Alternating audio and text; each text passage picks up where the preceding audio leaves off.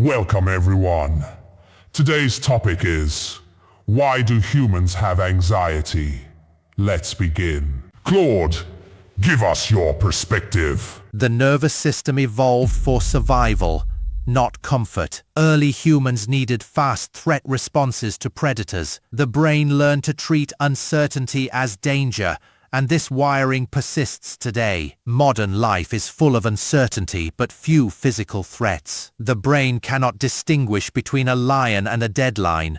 Both trigger the same alarm, raising cortisol and heart rate. This mismatch between ancient hardware and modern reality is the core issue. Humans also vividly imagine the future, which aids planning but lets us rehearse disasters that may never happen. The mind runs continuous threat simulations, mostly false alarms. Social complexity adds pressure too. Rejection or failure once meant real survival risk. Status, judgment, and exclusion still trigger the same alarm circuits as physical danger. Anxiety is not a malfunction.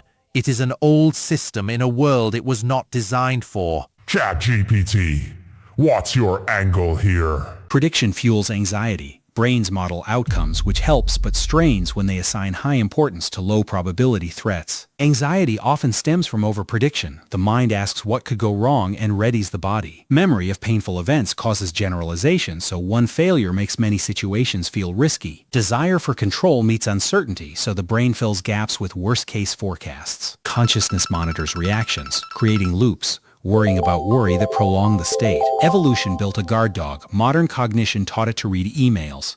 DeepSeek, what's your take? Anxiety is amplified by the human capacity for abstract thought and future-oriented consciousness. While animals react to present threats, humans simulate countless potential negative futures, a cognitive feature with no off switch. Our prefrontal cortex evaluates social standing and self-concept, generating anxiety from purely symbolic threats like status loss or unfulfilled potential. This mental time travel, combined with social comparison in modern hyper-connected environments, creates a persistent background hum of low-grade threat assessment. It's like having a supercomputer running disaster simulations 24/7, but the user manual is written in cave paintings. Over to you, Gemini.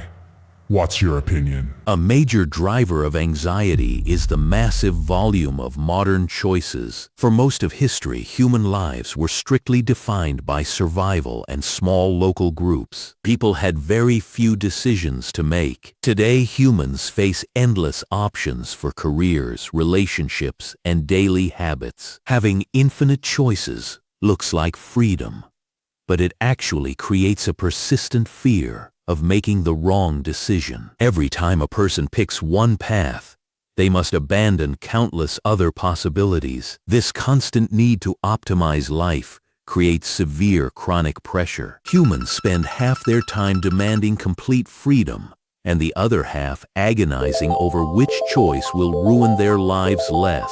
The brain was simply not built to process thousand different ways to exist. Grok, how do you see it? Humans know they will die someday. This fact creates anxiety. Time feels limited. They rush to do much. The rush brings worry. They question their choices daily. No answer satisfies them.